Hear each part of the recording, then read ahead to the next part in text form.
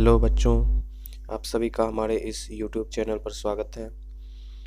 बच्चों, आज हम वर्ग 7 के गणित का पहला चैप्टर पूर्णांक की समझ के कुछ अन्य महत्वपूर्ण कॉन्सेप्ट को समझेंगे। इससे पहले यदि आप इस चैनल पर नए हैं तो प्लीज़ चैनल को लाइक, सब्सक्राइब और अपने दोस्तों के बीच ज़रूर शेयर करें। तो आइए शुरू करते हैं। अब हमारा नेक्स्ट टॉपिक है पूर्णांकों के जोड़ और घटाव के गुण। इसमें हमें 4 पॉइंट पढ़ना है। सबसे पहला क्रम विनिमय गुण। दो पूर्णांक संख्याओं का योगफल एवं उनके उल्टे क्रम का योगफल समान होते हैं। क्रम विनिमय गुण इसी को कहते हैं। इस गुण को क्रम विनिमय गुण कहते हैं। जैसे यदि a और b दो पूर्णांक हैं तो a plus B is equal to B plus A. इसे हम कुछ उदाहरण से समझते हैं। जैसे a और b दो पूर्णांक है, ठीक है, ये प्लस में भी या माइनस में भी हो सकता है। तो a और b is equal to a plus B is equal to B plus A. ये हमारा क्रम विनिमय गुण कहलाता है। यहाँ पर एक जगह पर हम कुछ भी मान रख सकते हैं, जैसे 2 प्लस 5।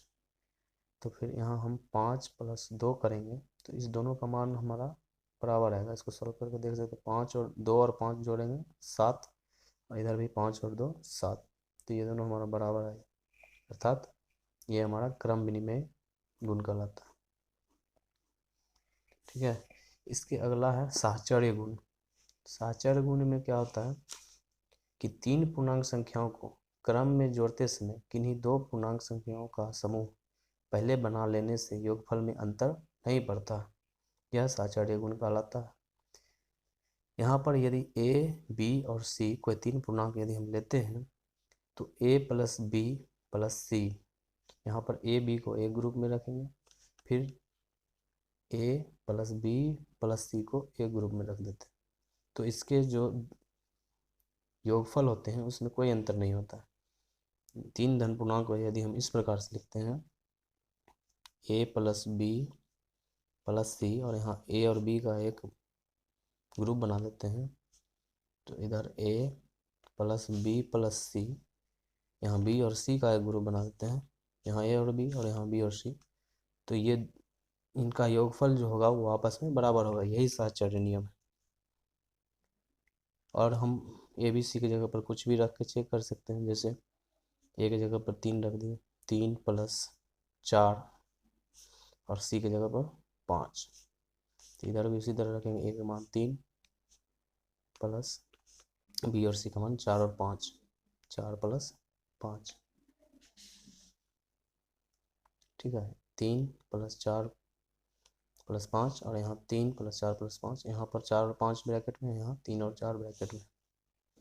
अब इसको हम सॉल्व करके देख लेते हैं। 3 प्लस 4 7, इधर प्लस 5, इधर 3 प्लस 4 और 5 9, यहाँ 7 और 5 जोड़ेंगे तो 12, और यहाँ 9 3 12, दोनों साइड बराबर हो गया। तो ये हमारा साहचर्य गुण कहलाता है। अगला है संबड़क गुण। संबड़क गुण के बारे में जानते हैं कि दो पूर्णांक संख्याओं का योगफल सदैव पूर्णांक संख्या होता है। जैसे a और b दो पूर्णांक संख्याएं हैं, तो यहाँ पर a प्लस बी बराबर c, जहाँ की c भी एक पूर्णांक संख्या होगा। c भी क्या होगा, एक पूर्णांक संख्या होगा। इसका उदाहरण जैसे लिए हैं 11 प्लस 9 बराबर 20। यहाँ पर हमारा 20 जो है ये क्या है, एक पूर्णांक संख्या है। 11 और 9 भी पूर्णांक संख्या और 20 भी पूर्णांक संख्या। तो यही संबड़क गुण कहलाता है। अगला टर्म है योज्य तत्समक। योज्य तत्समक क्या होता है? किसी पूर्णांक संख्या में यदि शून्य को जोड़ा जाता है तो योगफल वही संख्या प्राप्त होती है, इसीलिए शून्य को योज्य तत्समक कहते हैं। यहाँ पर यदि a कोई पूर्णांक संख्या है तो a plus 0 is equal to a।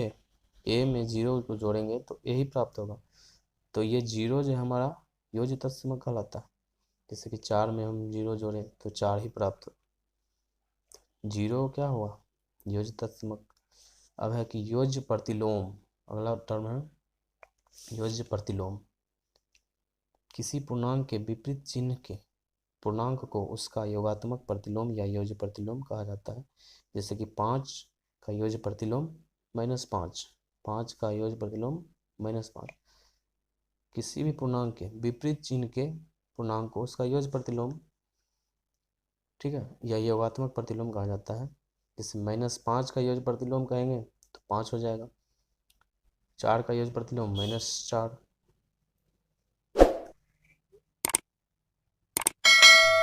तो बच्चों, आशा करते हैं कि आप लोग इस चैप्टर के बेसिक कॉन्सेप्ट को समझ गए होंगे। इससे अगले वीडियो में हम लोग इस चैप्टर के प्रश्नावली 1.1 का प्रश्नोत्तर को समझेंगे। तब तक के लिए धन्यवाद।